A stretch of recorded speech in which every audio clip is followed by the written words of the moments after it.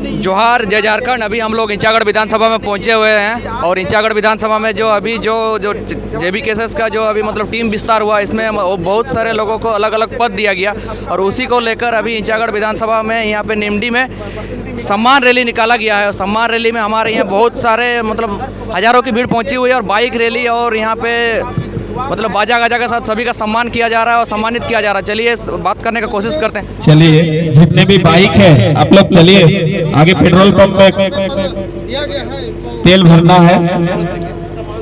सम्मान रैली से ज़्यादा क्या संदेश देना चाहते हैं? देखिए, आज जो हमें पदभार मिला है केंद्रीय कमेटी जो हमारे JBKSS टीम की ओर से टाइगर जयराम महतो के नेतृत्व में, उसमें हम लोग खरे उतरेंगे और आशा करते हैं कि हमारे जितने भी कोल्हान प्रमंडल के जो भी JBKSS के कार्यकर्ता हैं उनको और करीब से जानें और हमारे संगठन विस्तार हो, इसी आशा और उम्मीद के साथ हम लोग का आज जो भी हमारे शंकरदा हैं, देवेंदा हैं, निमडी प्रखंड के तमाम खतियानधारी को मेरा जोहार जो इस सम्मान समारोह का आयोजन किया। तो दादा, आपके ऊपर जो इतना भरोसा करके आप लोगों पे पद दिया गया है, तो आप लोग इसका मतलब कितना सम्मान रखेंगे और कितना दूर आगे तक मतलब टाइगर दादा का बात को लेके चलेंगे?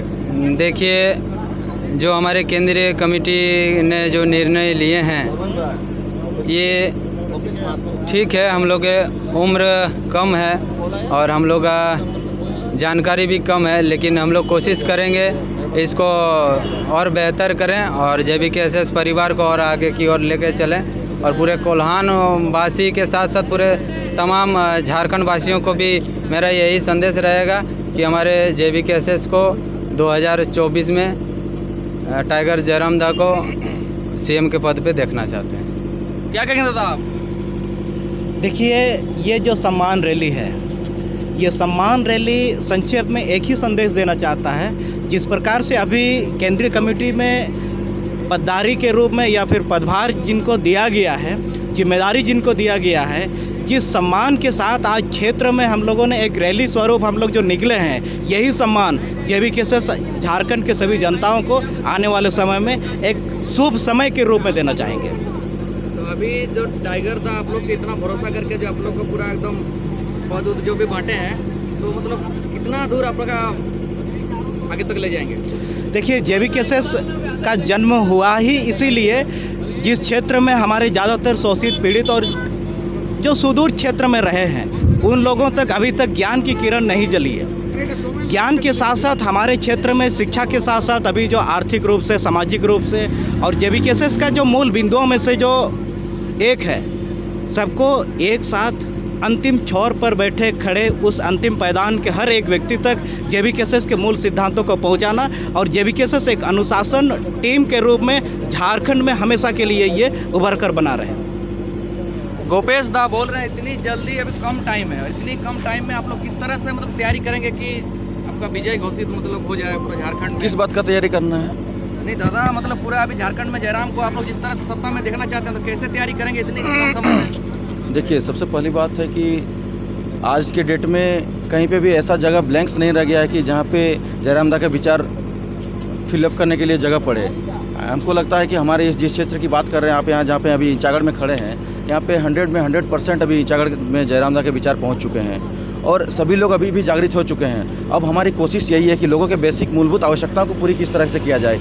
हाँ, दूसरी बात, और कहीं जहाँ कहीं पे हम लोग की थोड़ा बहुत नीड्स ज़रूरत है, जैसे कि कहीं पे छोटा मोटा जहाँ पे किसी समस्या का ओवरकम कर पाएँ, वहाँ पे हम लोग जाकर लगातार लोगों को जन समस्याओं को सुन रहे हैं। आज नॉर्मली बात की जाए तो हमारे इंचागढ़ विधानसभा अंतर्गत 4 प्रखंड आते हैं, निमडी, चांडिल, इंचागढ़ और कुकड़ू आते हैं। तो यहाँ पे भी कुछ बेसिक समस्या है, उस पर भी हम लोगों ने अपनी रणनीति बनाई है।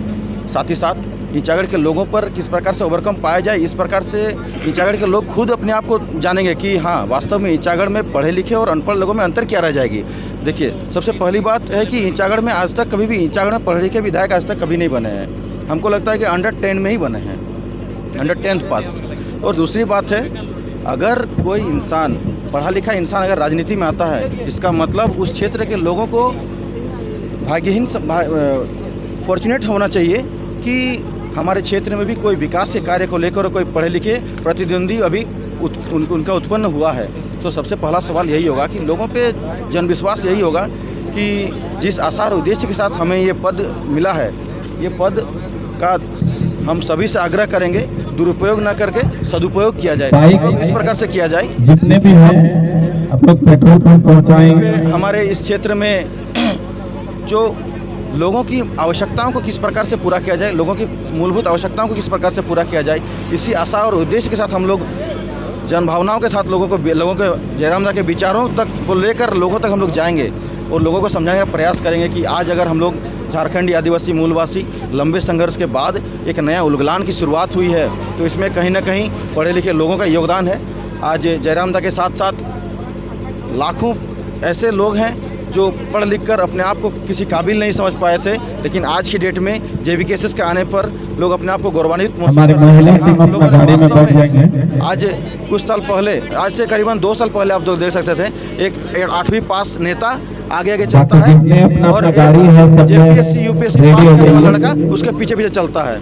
ऐसा भी आज की डेट में आप देख सकते हैं कि एक JPSC UPSC पास करने वाला लड़का भी जब जयराम दा के विचारों से प्रेरित होकर वो कहते हैं कि नहीं, ये आंदोलन वास्तव में यहाँ के लोगों के, यहाँ के आदिवासी मूलवासी लोगों के लिए हितकारी है, यहाँ के लोगों को लड़ना चाहिए, यहाँ के आदिवासी मूलवासियों को लड़ना चाहिए, यहाँ के आने वाली पीढ़ी के लिए लड़ना चाहिए। नहीं तो फिर क्या होगा, जैसे चल रहा वैसे चल ही रहा है ज़िंदगी में। अगर आप सबसे पहला सवाल, आज शिक्षा का मूल उद्देश्य ये नहीं होता है नौकरी पाना, शिक्षा का मूल उद्देश्य ये होता है कि अपने समाज में हो रहे गलत शोषण उत्पीड़न कुछ भी हो गलत के खिलाफ आवाज़ उठाना। अगर हम लोग शिक्षा को लेकर नौकरी को लेकर उसी पर अगर अड़िग रहेंगे तो फिर समाज में कभी भी बदलाव देखने को नहीं मिल सकती है। तो शिक्षा से ही समाज का बदलाव हो सकता है। तो हम लोग सबसे पहला फोकस करेंगे अपने क्षेत्र में शिक्षा में बदलाव। जिस गाड़ी में है उसी गाड़ी में बैठ जाएंगे। ठीक है, धन्यवाद दादा हमारे चैनल को समय देने के लिए।